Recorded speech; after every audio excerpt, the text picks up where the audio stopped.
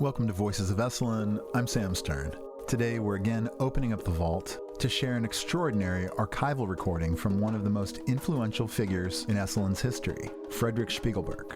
While that name might not be as immediately recognizable as some of the luminaries who graced Esalen's grounds, like Joseph Campbell or Alan Watts or Gabrielle Roth, I propose that understanding Frederic Spiegelberg and his place in Esalen mythology might be key to understanding Esalen itself, because, in truth, without Frederic Spiegelberg, there might well never have been an Esalen at all. In 1950, Esalen co-founder Michael Murphy was just another Stanford student when he, by complete accident, attended one of Frederic Spiegelberg's philosophy courses. As recounted in Jeffrey Kripal's fantastic book, Esalen, America and the Religion of No Religions, that single class would become an initiatory event that transformed Murphy's life forever, providing a pivotal bridge into the metaphysical, the mystical, and the psychic realms, dimensions that would go on to define the course of his life. Here's Michael Murphy. As a freshman at Stanford, I was a kind of a campus hot dog, and some of my fraternity brothers wanted me to run for student body president. I was in the class of Frederic Spiegelberg, the great professor of comparative religious studies who'd been on a trip to India, and the word was around he was bringing back great wisdom from the East. He came into the classroom and he said, Brahman, Brahman, the omnipresent reality, and Atman is Brahman. Our access to it through our deepest subjectivity, Atman.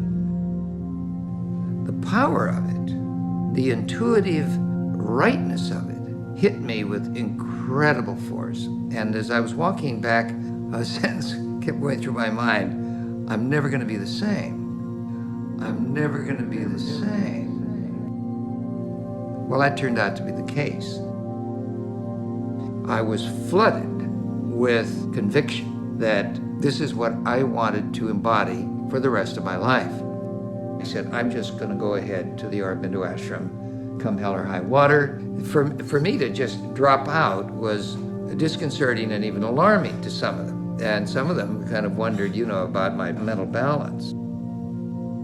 This was a glorious retreat, and that enabled me to really anchor my meditation practice and my intellectual pursuits forevermore, without any more thoughts ever again of a conventional vocation. I came back from India in 1957 and soon conceived the idea to start a center in Big Sur on this old family property. So there it is, a single Sanskrit phrase that changed everything. The cosmic essence and human spirit are one. The recording you're about to hear takes place in 1968, nearly 2 decades after Michael's Satori, or awakening. Frederic Spiegelberg, as you'll hear, is still a force to be reckoned with. Spiegelberg speaks of the convergence between Eastern and Western thought, the transformative power of spiritual experience, and the boundless capacity for human growth. And as you listen to this beautiful recording, originally made on half-inch reel-to-reel tape that we've recently uncovered in the Esalen vault, dusted off, digitized, and are in the process of joyfully rediscovering, maybe consider this, that you're not just hearing a lecture from the past. Instead, you're taking part in a transmission, a thread that connects the early days of Esalen to the present moment. You're stepping into the very space where minds were opened and spirits awakened and the seeds of some sort of transformation were sown. Here's Frederic Spiegelberg speaking at Esalen in 1968 in a lecture entitled India and the Saints. Introduction by Michael Murphy. I thought it'd be appropriate tonight to talk a little bit about Aurobindo, the man, and I thought we might begin with Dr. Spiegelberg's encounter with Aurobindo in 1949. It's one of the amazing facts of modern India that these two men, Ramana Maharshi and Sri Aurobindo, lived some 50 or 60 miles apart, approximately the same age, and probably the two great figures of the Indian religious experience in the 20th century, representing, perhaps we can put it this way, the polar extremes in the modern Indian religious experience.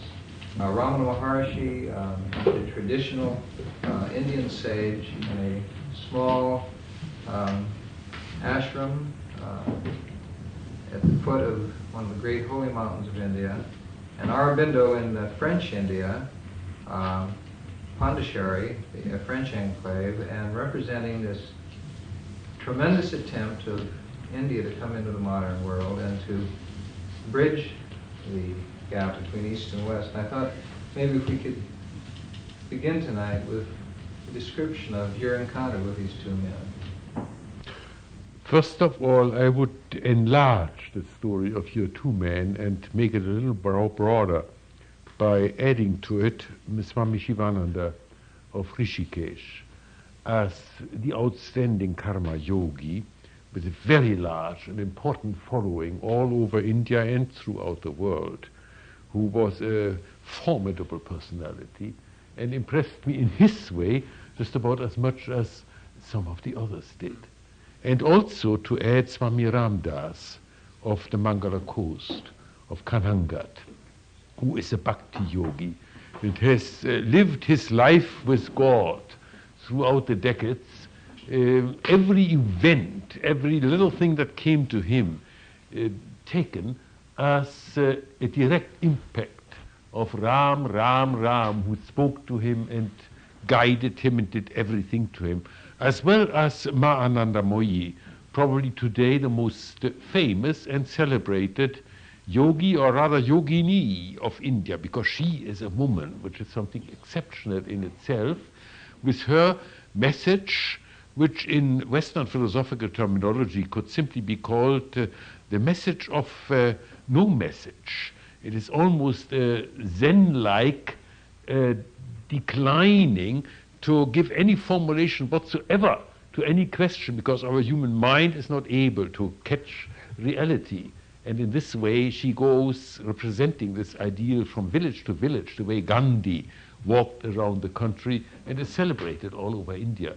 And these five that we have mentioned together right now are, of course, only a minute number of these innumerable yogis and masters and gurus of India who happen not to express their thoughts in English language, but in some vernacular, and accordingly are not known to us, but may be very well known to some million followers around who worship them as an immense and immediate reincarnation of the divine. We are restricted in our approach to all this by knowing just the few who have expressed themselves in understandable terms to the Western world. Aurobindo, I was in the ashram in 1949, 15 years ago, probably in the same room in which Mike Murphy has been staying for a long, long time. I was only for 1 week at the ashram. And during this time was the famous Darshan event, which means the fact that Sri Aurobindo became visible. Darshan in India, or Darshana in Sanskrit, is a very strange term. It really means as much as visibility, something to be seen. You could express it as spiritual sightseeing almost. Sri Aurobindo's darshan means that he became evident and visible to his followers, while he is not visible to his adorers and followers for the rest of the time, simply because he stays upstairs in his little room and never walked down for decades. Very few people, maybe not more than 5 or 6, ever went upstairs to see him, to visit him, to discuss with him. His secretary, the mother, his doctor, and a few other caretakers. On February 22nd, this has nothing to do with Washington's birthday at all. In February 22nd, which was celebrated at that time as the anniversary of the master's and the mother's consciousness having become one. This was the day in celebration of their having obtained one consciousness instead of being two. This event was celebrated by his sitting in his upstairs apartment on a tiger skin, traditional sit-upon asana of all Indian yogis, and permitting his followers in a long line, in a beeline, to walk by and look at him. This was an event which had brought, at that time, 2,000 visitors from all parts of India, plus 3 Americans, me and Vincent Sheehan, and Mrs. Montgomery, editor of Holiday magazine. 3 Americans and about 1,997 Indians who came from near distance by bullock cart and on foot, and from long distance by train and airplane from New Delhi, and everywhere from all over India they had arrived in the morning for this event.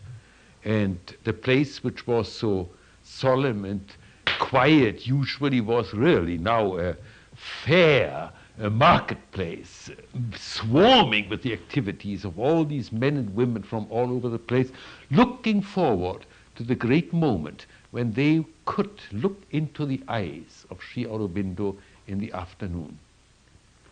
Sri Aurobindo would sit there from 1 to 5 for 4 hours, motionlessly, facing his audience. And when I went to the ashram secretary to receive some of the directives and the laws of the place, he said, you will go with your flower offering. Everybody brings a flower offering when you go to the temple for the deity, or when you go to an ashram to the great master, and will look at him, worship him, and turn and go away. As there are about 2,300 people present, and it will take 4 hours, I would say the average time that you should take is about 5 seconds. 5 seconds for everyone who came. And I got red in my face and said, dear Mr. Nayar, you can tell me about 5 seconds. I'm going to take my time. I've come further than anyone else around here, and I will stay as long as I please.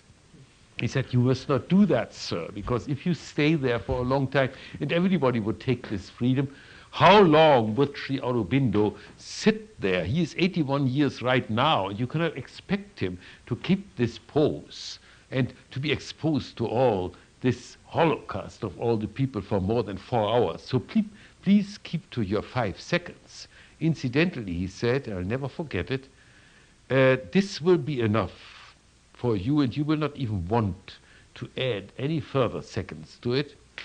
And then he said, if your doctor in America sends you a bill of $10 for X-ray treatment received, you are not going to say, I will not pay these $10 because your X-ray treatment lasted only 5 seconds. You've got to go give me at least 1 or 2 minutes of X-ray treatment before I pay you $10. Sir, he said, you will not say this because you know that 2 minutes of X-ray treatment would burn you, and 5 seconds is just the ratio that you needed.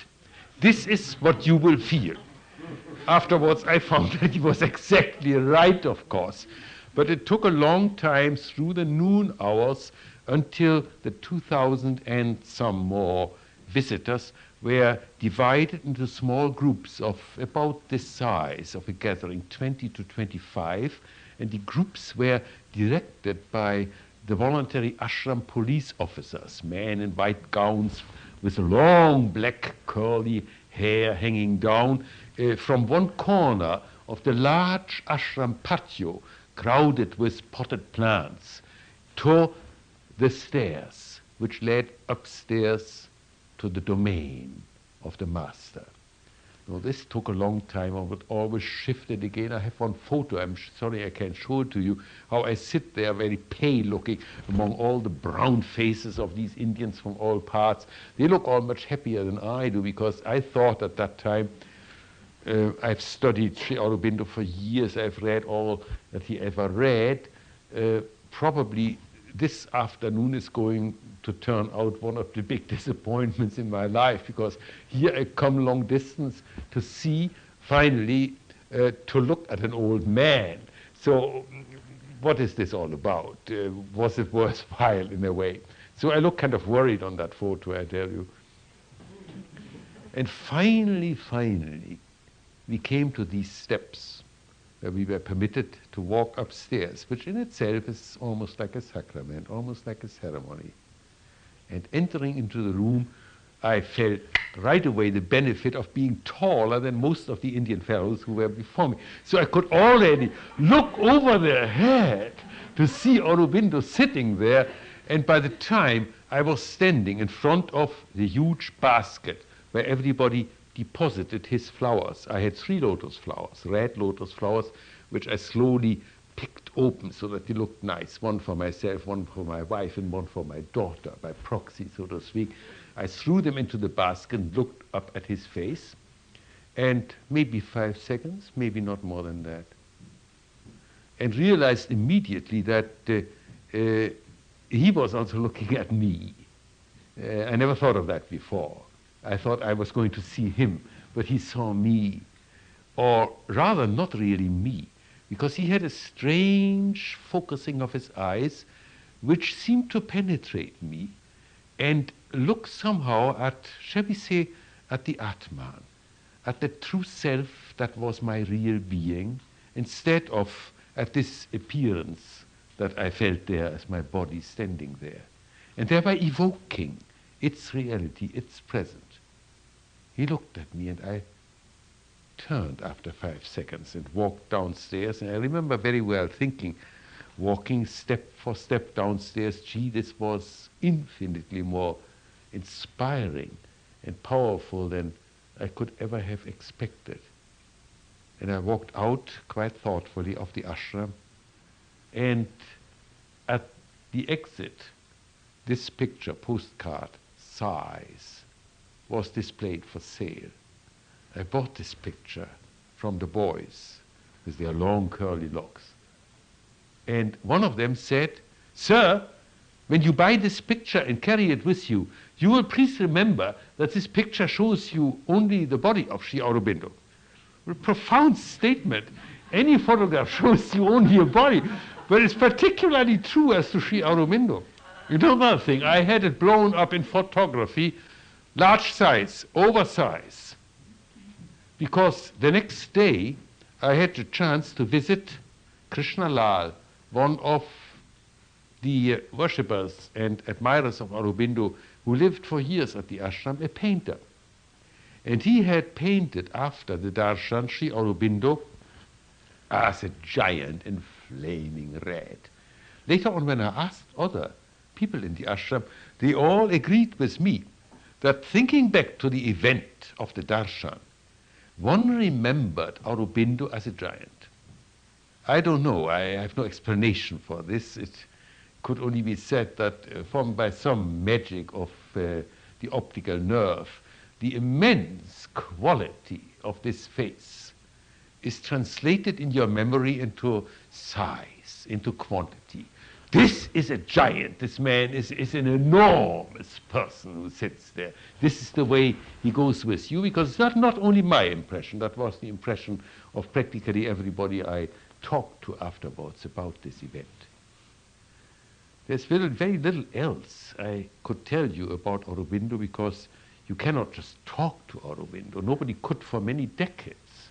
Not even Mahatma Gandhi, when he came to Pondicherry and asked permission to have interview with Aurobindo, was permitted to see him. Aurobindo said that he did not see that any useful purpose would be served with any discussion with Gandhi, who was in many ways so opposed, and in many other ways so much in line with it, which reminds me of a remark of Theos Bernard, who told me when he went to Tibet on the highway to Lhasa, after crossing the Tibetan frontier, he had heard about a great Tibetan Lamaist master who had been sitting for 40 years in his cave, high over the pass on a mountain. And Theos Bernard sent a messenger up the day before, asking the permission to visit him there and to have an interview with him. And the messenger came the next day back to him and said the master gave him the message he was sorry. He was too busy to see him. Theos Bernard, who had a great gift of laughing about himself, told this story in Columbia University at that time. I remember it in connection with Aurobindo, who was too busy to see Mahatma Gandhi. Now, you want to know something about Bhagavan Maharshi. From Pondicherry, I went to Arunachala temple, where Bhagavan Maharshi, this great traditional ancient sage of India, had his ashram. A very different kind of affair, nothing as Americanized or Europeanized and smart and elegant as Pondicherry is in many ways, of course. No modern institution, no modern dairy, no modern printing shop. This is an old, typically Indian establishment. Bhagavan Maharshi could be talked to indeed. There was no difficulty at all because he was sitting on his couch for many hours, mornings and afternoons. And his followers came and squatted in front of him, and whoever felt like it could come close and ask questions which were answered, if you can call it an answer. Because what Bhagavan Maharshi did was always asking another question back. A good psychoanalytical method, you might almost say. We had, and I had read at that time, a great number of accounts of visits by worshippers to Bhagavan Maharshi, who came with all kinds of troubles, and what he did with them. Not only foreigners came, but lawyers from Madras and government officers came, socialites from Bombay. He was visited by all types of personalities, and also by the villagers and the surrounding. And when these old village wives came along and said they had a terrible headache or they had an awful backache all the time and couldn't sleep, Bhagavan Maharshi looked at them smilingly and said, who is it that has the backache and cannot sleep? And they had to define who they really were. That is to focus on their attention on their own self-being, which was very difficult for these people to do. And they always left the ashram with a bigger problem than they had entered it with, which gave some relief to the back pain, probably, but started them on a spiritual search.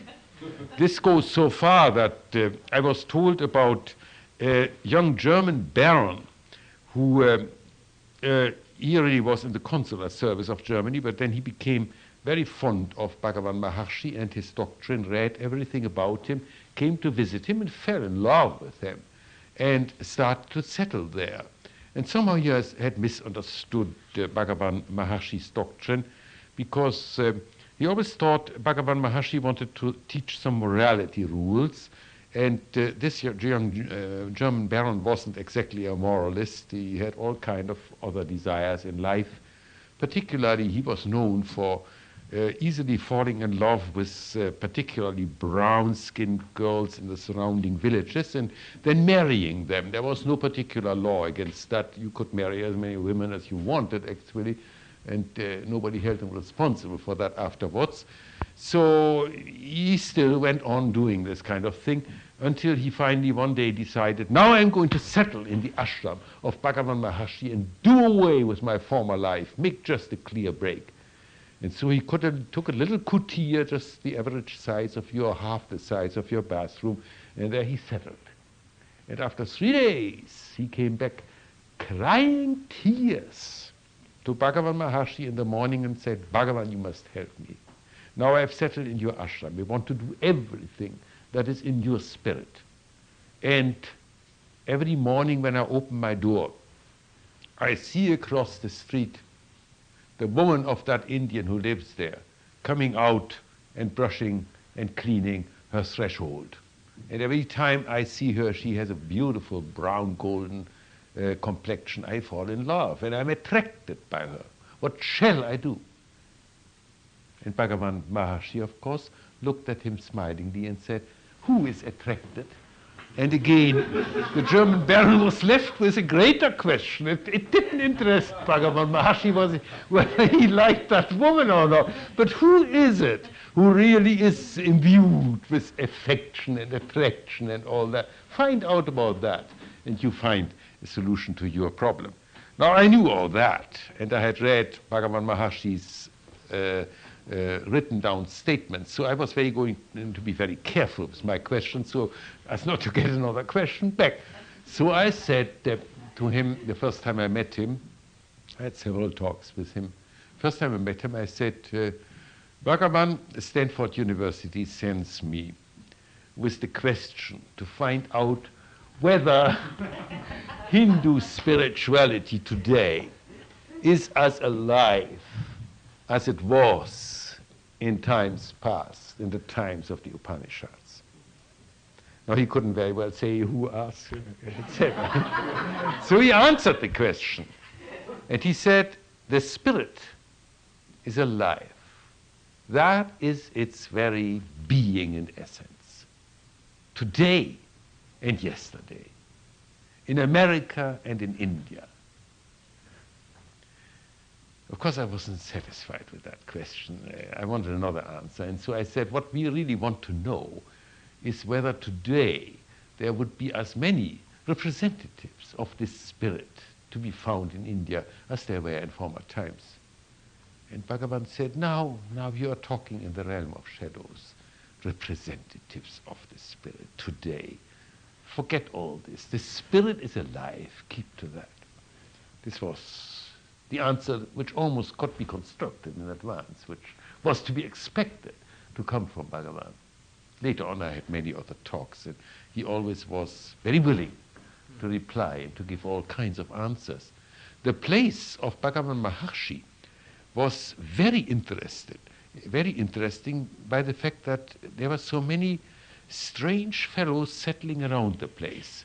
Many yogis of various schools, and a good many of them Maunis, which means silent ones, who had taken the vow of Mauna, which means not to talk at all, not to utter a sound. There are very many types of Mauna. Most Indians have a silence period during the meals. They don't talk during meals. Some will set aside certain hours of the day, 12 to 2, they will not talk, like a siesta. It's very relaxing too. It's very annoying if you visit these people and you have only a train stopover and you want to talk to them and they don't answer your questions. Some of them answered, however, by writing notes and giving, which is not an exact mauna because they still expressed concepts, but at least they did not move their lips. And then, of course, Mahatma Gandhi never talked on Friday. Never mind who came, the King of England or the Prime Minister, he would not talk on Friday. You had to select another day for that. And there are other people who take up the vow of Mauna for a period of time, a quarter of a year, or during a period of stress for some special vow. And there are those who take up the vow or who just take up Mauna for in a limited time. There were Maunis who had been silent for 3 years, and one of them had been silent for 9 years. Then he talked again and became the secretary of Bhagavan Maharshi, who brought him the daily papers and the mail, which Bhagavan Maharshi always conscientiously read. Every letter he got from all over the world he read.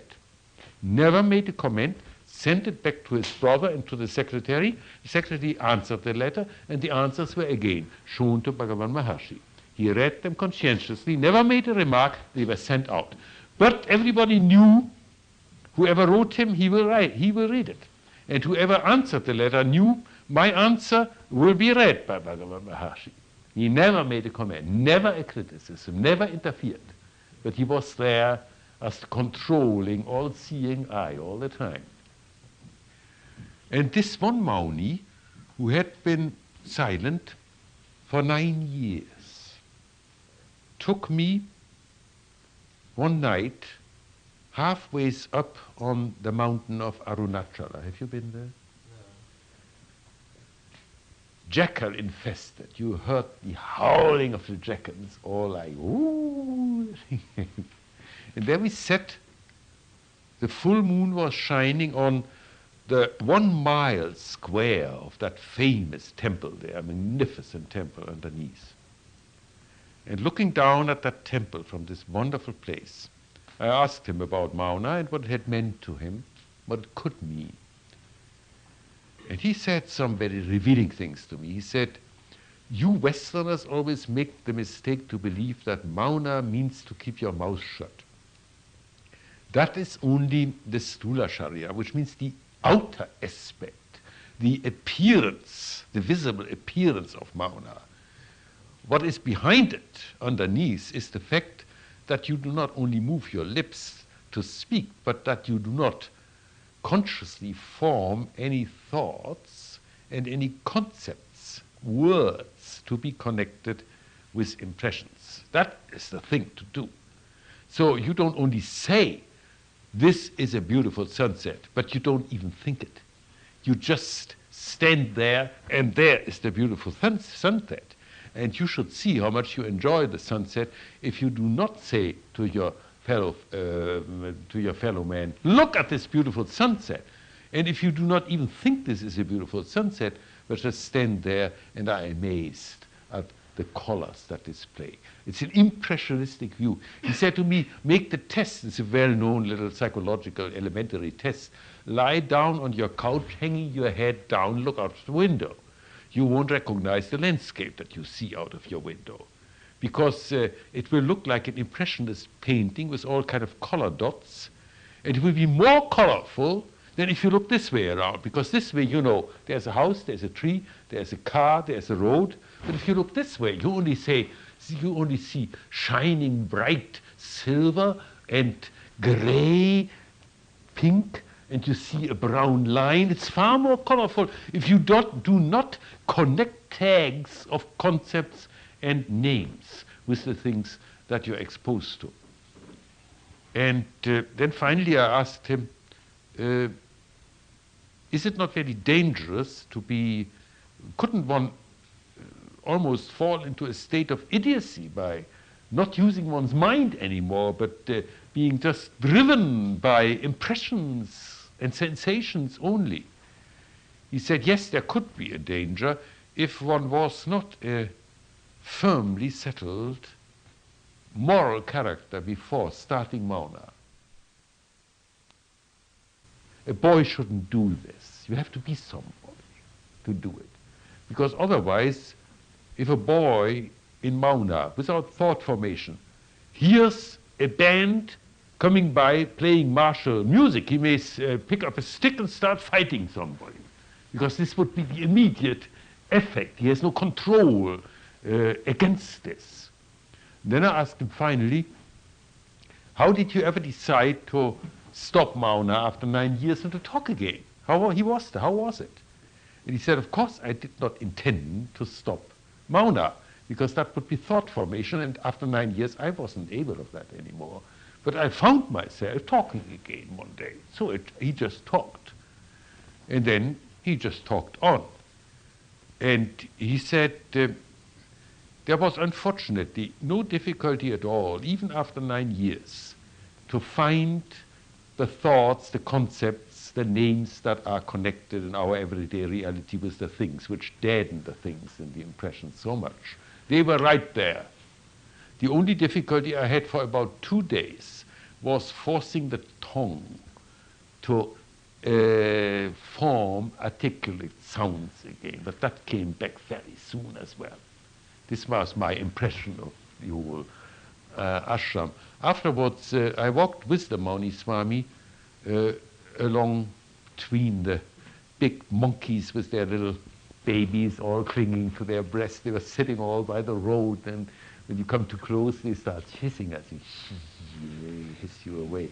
There I walked by, and we went to the bathing pond, and a young man, all naked, came out of the bathing pond, brown, golden skin, very long, curly hair, beaming eyes. Joyfully he looked at us, just ha, like that, and walked by.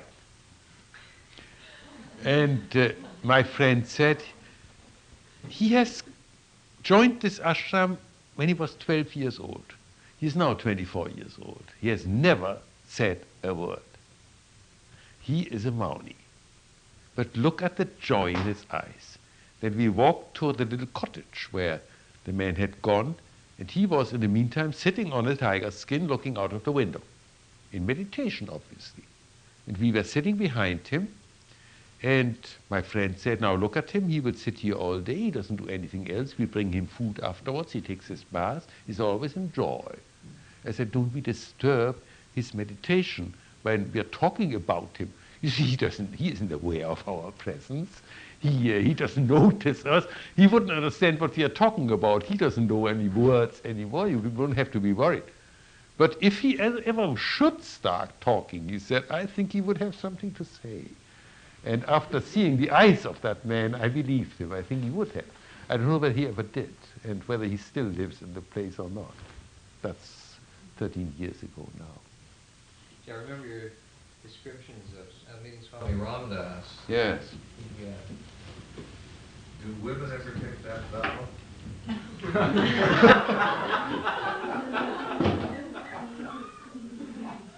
Sir, I have seen in India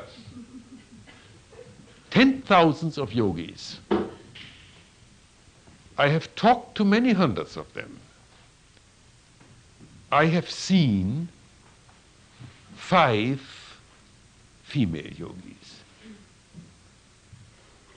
yoginis, and 3 of them were Westerners who had taken on this yellow gown. 2 genuine Indian yoginis. They are a great rarity in the first place. You wouldn't expect many varieties among them. This is not that women are despised or women are looked as inferior. When you see how the women do all the heavy work, carrying the bricks and whatnot, and the men are just sitting and meditating, you sometimes want to ask the Indians, why do you despise your women or mistreat them the way you do? Every time I did that, I got the response that we are not despising our women at all. We love them. But we know they are not men. And one of these men said very nicely, sir, do you despise your child because it is only a child? Do you say, oh, you're nothing but a child? Duh, I am a man. Of course not, you love it, but you don't treat it like a grown-up. And a woman is not a grown-up. A woman is a possible candidate for becoming a man in some future incarnation, but he is not at the present time a man. How this now, this general feeling that I found among the public in India very widespread, how that in any way jives with the present emancipation laws about Indian women, so I don't see, but many of the new laws made by extremely westernized and educated Indians just don't penetrate below the veneer of the table. You don't see much of this table besides the lacquer, but there is a big table underneath. In the same way, there is a big India, a voiceless India, the India of the masses, but you never see it because all you see is always this superficial paint that a modern, highly educated and highly benevolent elite has put on top of it. I'm afraid I challenge my Indian friends here, they may speak up against that maybe.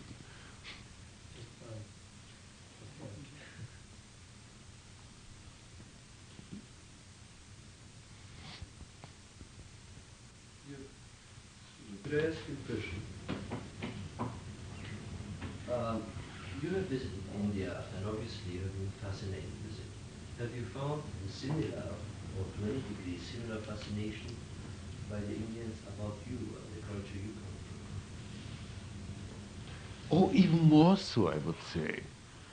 The Indians are, of course, extremely fascinated with the ways of the West, and are extremely eager to not only copy but outdo Western ways in many ways, to have all the science. And Aurobindo himself would be the last one to deny that. He believes that, as he says, we do not need 50% of Western overdone materialism and 50% of Indian overdone idealism, but we need 100% of both. We need all that the West has achieved in the transformation of matter. And we need all the idealism of India's culture, totally. But the materialism and the technique of the Western approach to life is not belittled by the Indian, but is very much more really admired. And one wants to have that too, to add to it.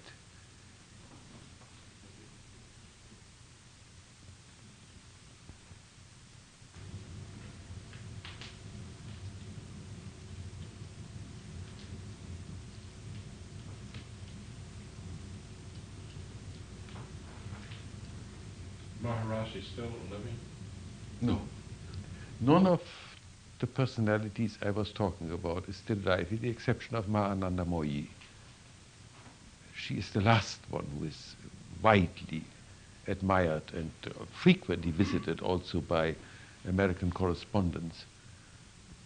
When I met her in Benares, she was sitting with her long, wild black hair as a beautiful woman. She was 55 years old even then. She was sitting there by the shore of the Ganga and watching two hawks fighting over the cadaver of a dead cow that was swimming down the river. There's always only one hawk that sits on it and fights off everybody else who wants to sit on it. The same is happening now. I watched those seagulls fighting over the fish on the wharf at Aquatic Park. And so these seagulls, it's a terrible impression, you know. They never have a good time eating there because all they do for 10 minutes and so is fighting the others off. It's all me, myself, and nobody else. It's the most egotistic world you can see among these animals. They have a dreadful time fighting for it, and then they find there isn't really nothing to eat. They don't even want it. They are satisfied, but they have kept successfully everybody else. So this is what the hawks do when they are fighting for the cadaver of the dead cows in the Ganga. And Mahananda Moyi was just sitting there and having a good time watching them. She was laughing. I thought at that time, this is the message that any 5-year-old child could give you in its innocence and naivety. But you don't take it from a 5-year-old child. But if a lady like that has it, it kind of impresses you. No statement of masculine formulation and definition is worthwhile keeping. So she brushes aside any kind of philosophical formulation, to the extent that she emphasizes that no definition and no statement about anything has any validity at all. And when recently an American correspondent said, Ma can be right about you that you consider any statement of any kind about you and your doctrine to be totally wrong and without any validity and empty altogether. She smiled and said, yes, you can write that, but if you want to write the contrary, that would be all right too. It doesn't matter at all. I mean, you can't go further in your rejecting any kind of masculine formulation.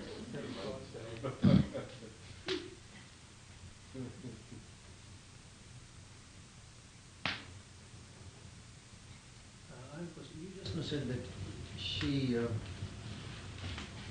did not have any formulation, but at the same time you used the word doctrine, any of her doctrines. No, she has no doctrine. either. She has no formulation, she has no doctrine. All she wants to do is radiate joy. This is Ananda. That's why she is called Ma Ananda Amoyi. This is all that she stands for entirely. An extremely feminine attitude, we would say, really.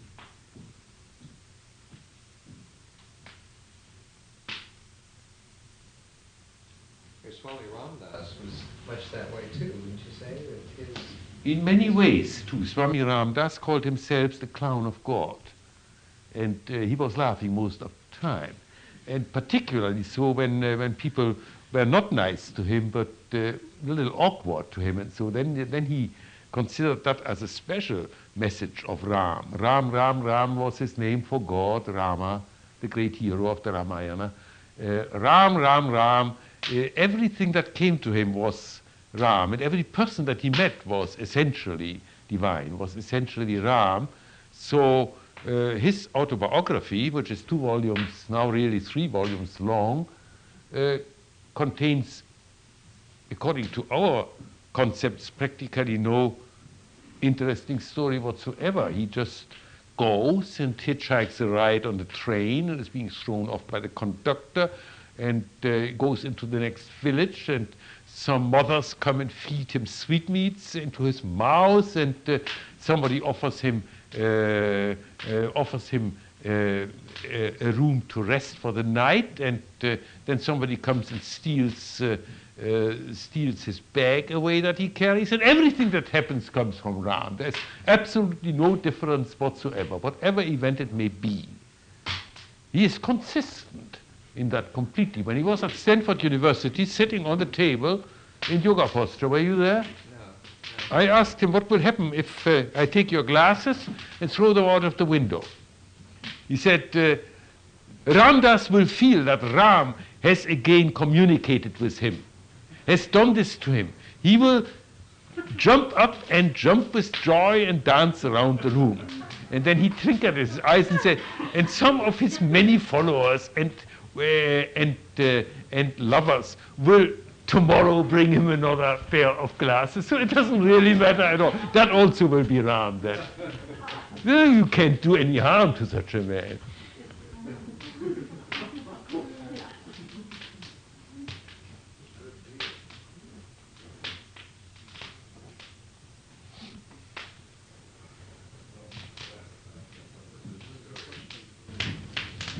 What about the people of India who have no pretensions of being yogis, just the common people? Have they, in your experience, imbibed any of this joyousness, the serenity that you found in some of the yogis?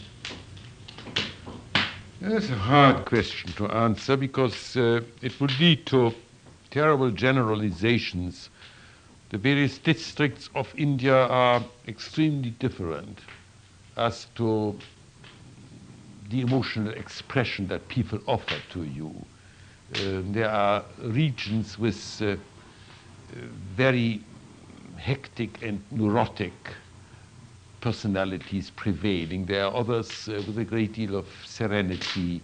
There are parts of the country where you see a great deal of suffering and malcontent, and other parts where general happiness seems to remain. After all, India is not a country, but it's a whole continent with immense varieties of language and of cult and ritual and economic conditions and all.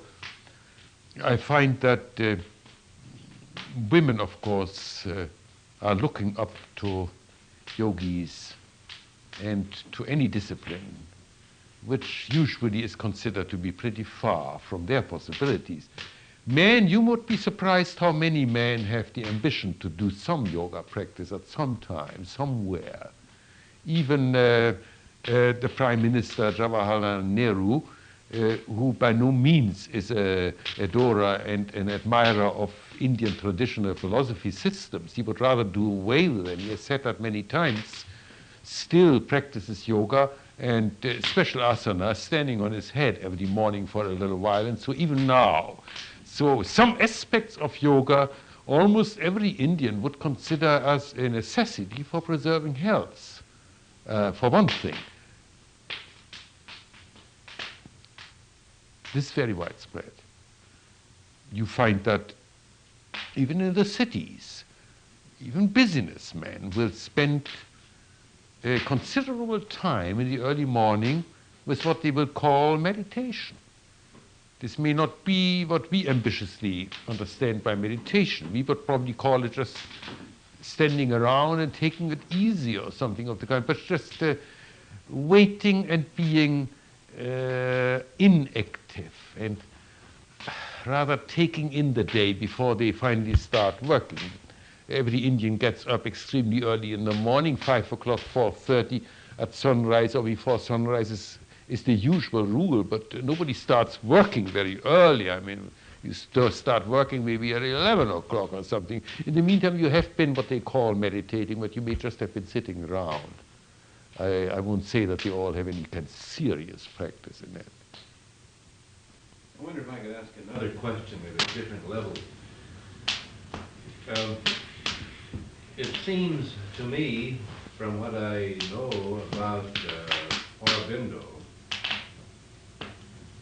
that there is, when you come down to it, a kind of strain of asceticism in it that does not quite harmonize with his insistence on the value and even the potential divinity of matter. What do you have to say about that? You have obviously been a very keen student of Aurobindo to discover such discrepancies, one might say. It is a matter of concern to many Western students, particularly of Aurobindo, to find that a man who insists on the fact that everything has to be accepted, but everything has to be transformed into and onto a higher level, sometimes appears to follow a traditional type of discipline which includes a good deal of asceticism.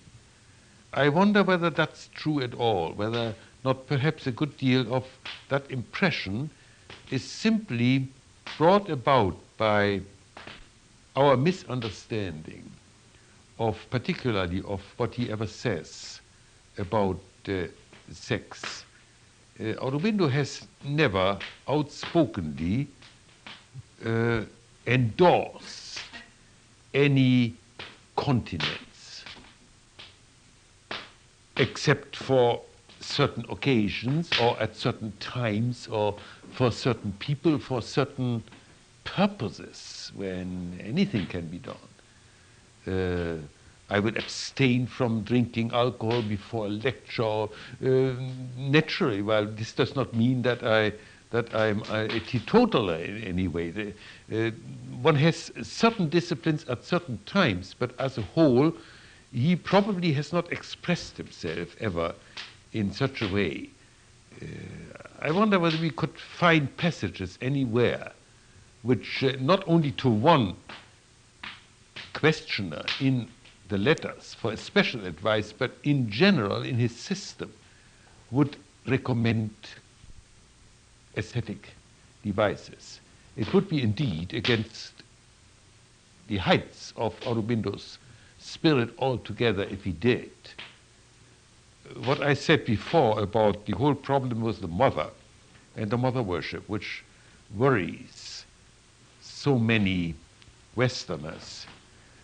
The point, of course, is we are not worried by the fact that a man worships a woman as his own energy, through whom he alone is enabled to do what he does.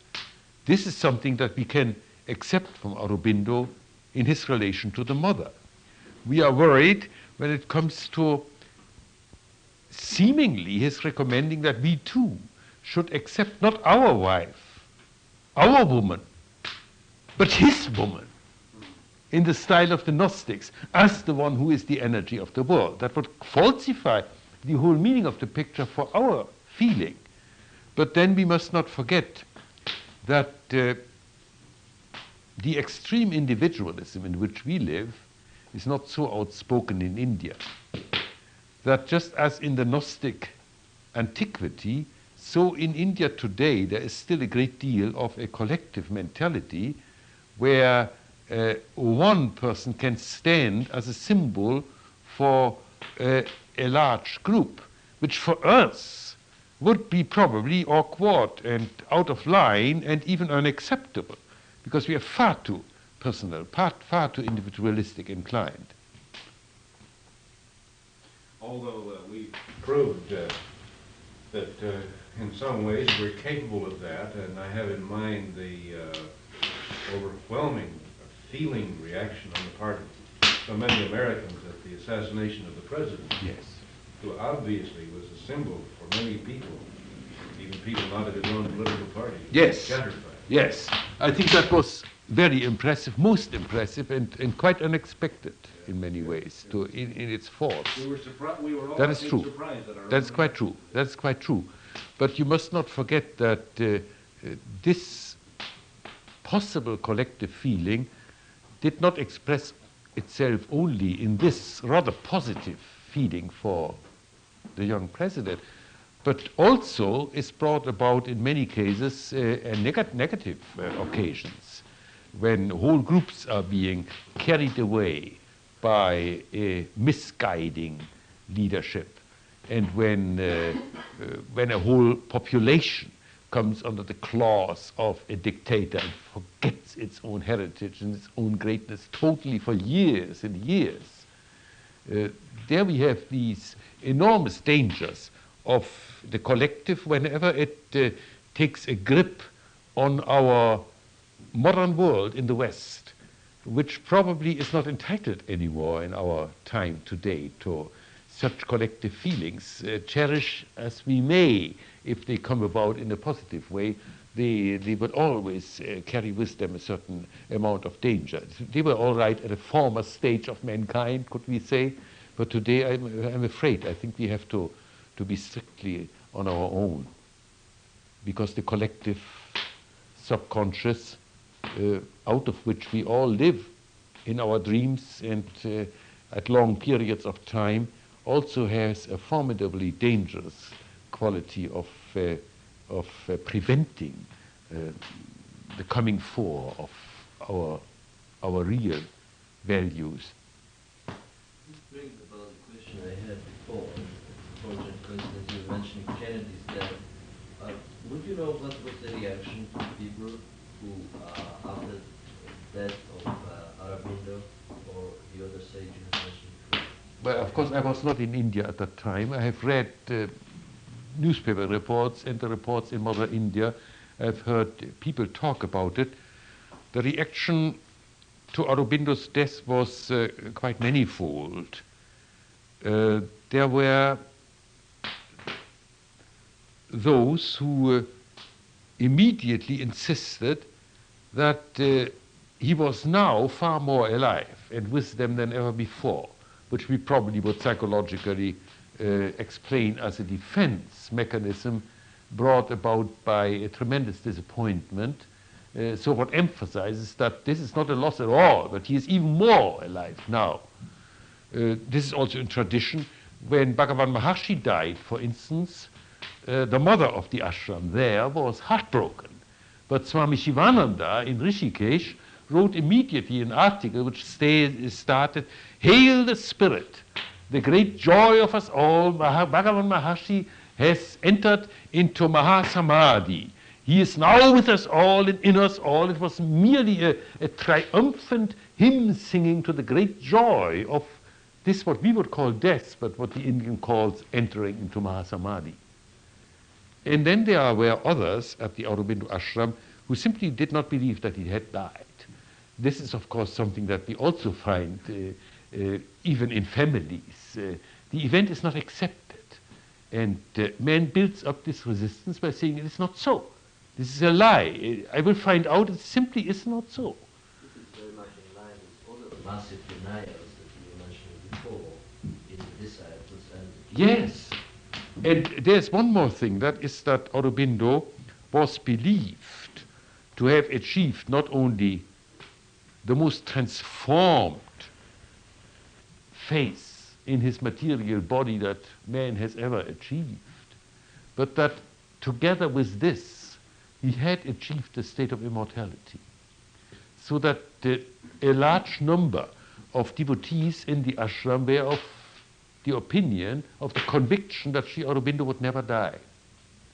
When he actually died, unnecessarily, because there was no penicillin and no modern medical treatment available, out of a urinary bladder infection that could have been very well healed, in fact, if he had had the right treatment. But when he died, these people said that not only was he more with them than ever before, not only was his body, as it was lying there for 3 days, which is longer than one usually exposes a body, particularly in the heat of Madras presidency, unchanged, as if in a glorified light that everybody said they felt as they went by the coffin. But they also developed a strange theory that spoke about the voluntary death of Aurobindo for the sake of mankind. Whole articles have been published where the Christological doctrine, taken from Christianity, about the death of Christ on the cross in order to redeem mankind, was transferred on Aurobindo. The same has happened with Bhagavan Maharshi too, who died of a painful cancer of his arm, which he did not want to have operated because he spoke about the swelling as my little brother and did not want it to be heard. Thank you for listening to Voices of Esalen. Today's show is produced in conjunction with Shira Levine. Our theme song is by Nico Holloman. Until next time, be well.